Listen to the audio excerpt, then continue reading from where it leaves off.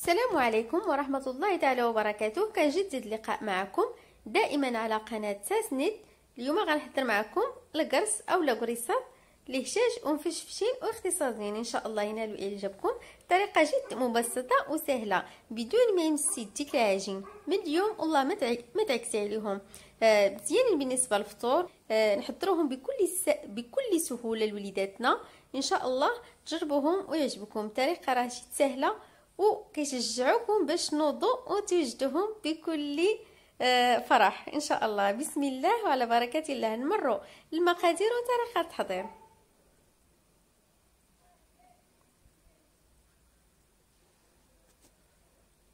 بالنسبه للمقادير غنحتاجوا بيضه وحده ونصف كاس من السكر او ربع كاس على حسب الذوق، ملعقه صغيره من الملح، خماره ديال الحلوى 8 غرام، كاس ديال الحليب دافي، ملعقه صغيره خميره الخبز، ملعقه كبيره من النافع، وملعقه كبيره من حبات الحلاوه، وملعقه كبيره من الزنجلان. وهنايا دقيق 3 كؤوس الا ربع او 2 كؤوس ونصف تقريبا، حيت الدقيق بعض المرات كيختلف على حسب حجم ديال البيض او الدقيق واش كيشرب ولا لا. ومن بعد غنضيفوا ربع كاس من الزيت. في التالي غنضيفوه بسم الله. هنايا درت كاس من الحليب الدافي وملعقه صغيره من خميره الخبز. نخلطوهم بالطراب اليدوي. من بعد غنضيفوا سكر سنيده او حبيبات، يمكن لكم ديروا ربع كاس او نصف كاس على حسب الذوق. انا هنايا استعملت نصف كاس. وبيضه، بالنسبه للبيض غنديروا ابيض بيضه ونصف الاصفر. النصف ديال الاصفر غنخليو نزينو به من الفوق القرص ديالنا. والملح غنضيفوه في النصف ديال العجن مع الدقيق. وهنايا غندير الزنجلان، النافع، حبات الحلاوه،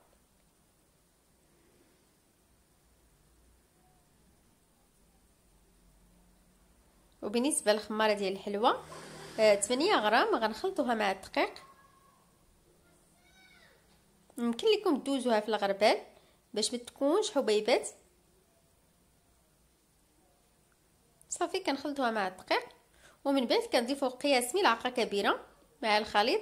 عاد غنضيفوا الزيت النباتيه. انا درت ربع كاس من الزيت النباتيه اللي غنحتاجو في هذا الكرس. صافي من بعد غنضيفوا ربع كاس ديالنا من الزيت مع الخليط ونخلطوه مزيان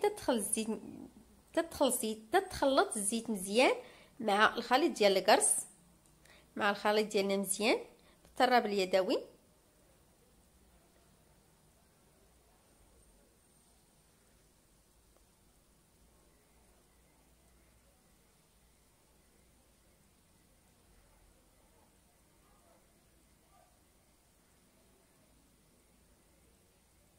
صافي من بعد غنضيفوا دقيق شويه بشويه. انا هنايا نصف ملعقه اولا ملعقه صغيره ديال الملح درتو مع الدقيق في الاخير. ما كنبغيش نديرو في الاول حيت كيمشي لنا الجاد ديال الخميره، كنضيفوها في التالي. صافي هنايا غنخلطو مزيان بالطراب اليدوي اولا بالملعقه خشبيه.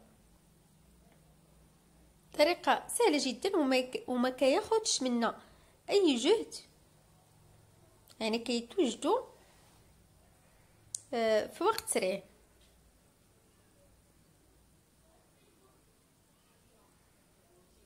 صافي هنايا غنجمعوه يعني بدون دلك.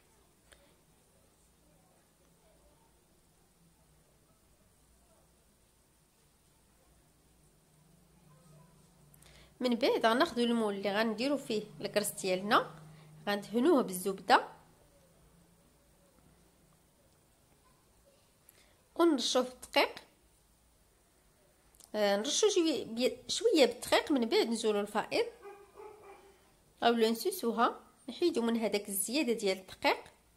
صافي وهنايا واحد السليفه صغيره غندير فيها شويه ديال الزيت نباتيه وغنغطسو فيه الملعقه غير باش ما يتلصقش فيها العجين كما كتشوفوا معايا. صافي هنايا غناخذوا ملعقه كبيره من الخليط ديال الكرز وغنديروه في ليمول وكنقادوا ليه الوجه بين ملعقه اولا بالاصبع ديالنا كما حبيتو.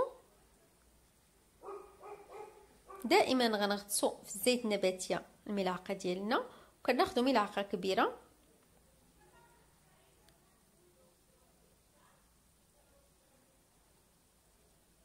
نستمروا حتى كنكملوا كلشي.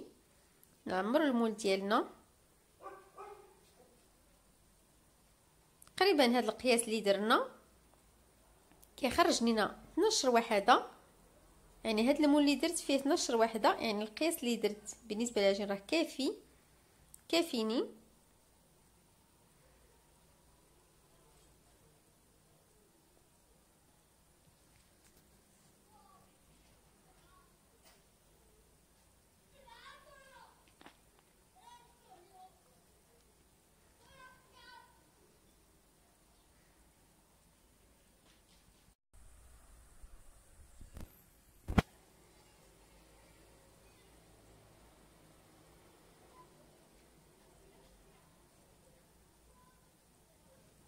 صافي من بعد غنغلفوه بالسلوفان تقريبا 15 دقيقه، حيت عندنا الحليب دافي راه دغيا كيخمر وكيطلع، غير كيطلع شي شويه ما نخليوش حتى يلصق لينا مع البلاستيك الغذائي.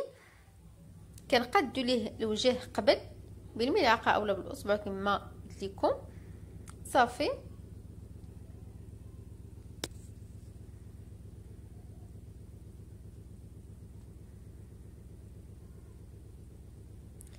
هنايا كما قلت لكم غنغلفوه في السلوفان 15 دقيقه غير يبدا يطلع. صافي راه واجد، غير تحرك فيه الخميره شويه صافي، ما نخليوش حتى يطلع مزيان.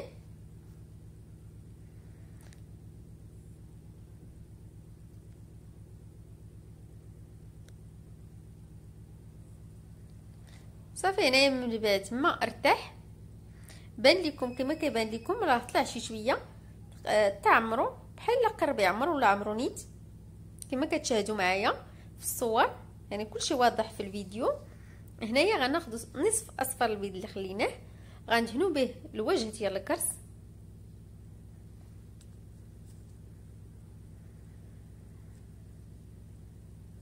ومن بعد غنرشوهم بالزرع. بالنسبه للزرارع انا هنايا استعملت زريعه عباس الشمس اولا الزريعه الكحله وزريعه ديال القرعه والبافو. يمكن لكم تستعملوا الزنجلان، يمكن لكم تكتفيوا غير بالزنجلان اولا على حسب المتوفر.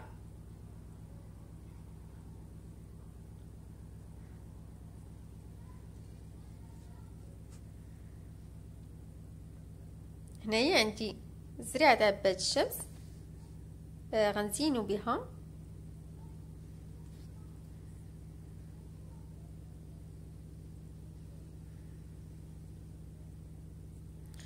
وهنايا الزريعه ديال القرعه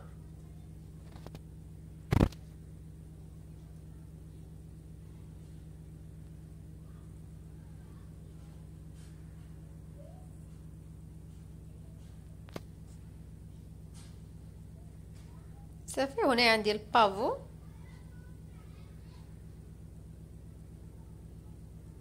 بالنسبه للبافو غنرشوه عليه كاملين تيبانو فيهم داك النقيطات ديالهم، كيعطي واحد المنظر زوين.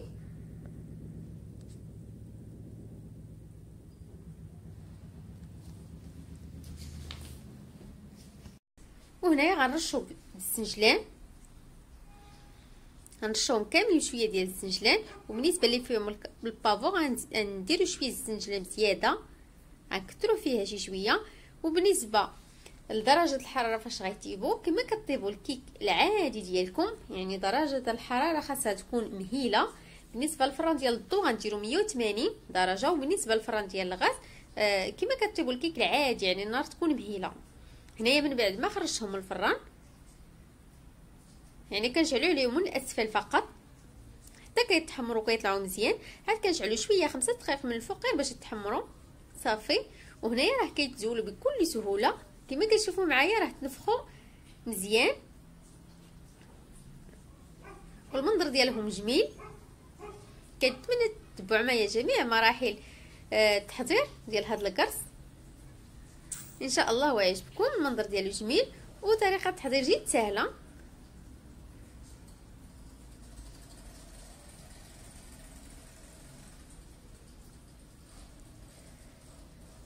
وبالنسبه للشكل النهائي حطيتهم في الطبيصلات ديال التقديم.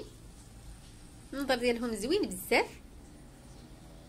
وسهلين، كنأكد انهم راه ما كياخذوش الوقت نهائيا، وكنشجعكم باش تجربوهم وتخليو لي ارائكم وتبارطاجيو الفيديو مع احبابكم واصحابكم على قدر المستطاع، وما تنساوش الاشتراك في القناه ديالي. وهكذا كنكونوا وصلنا نهايه الوصفه لهاد الحصه.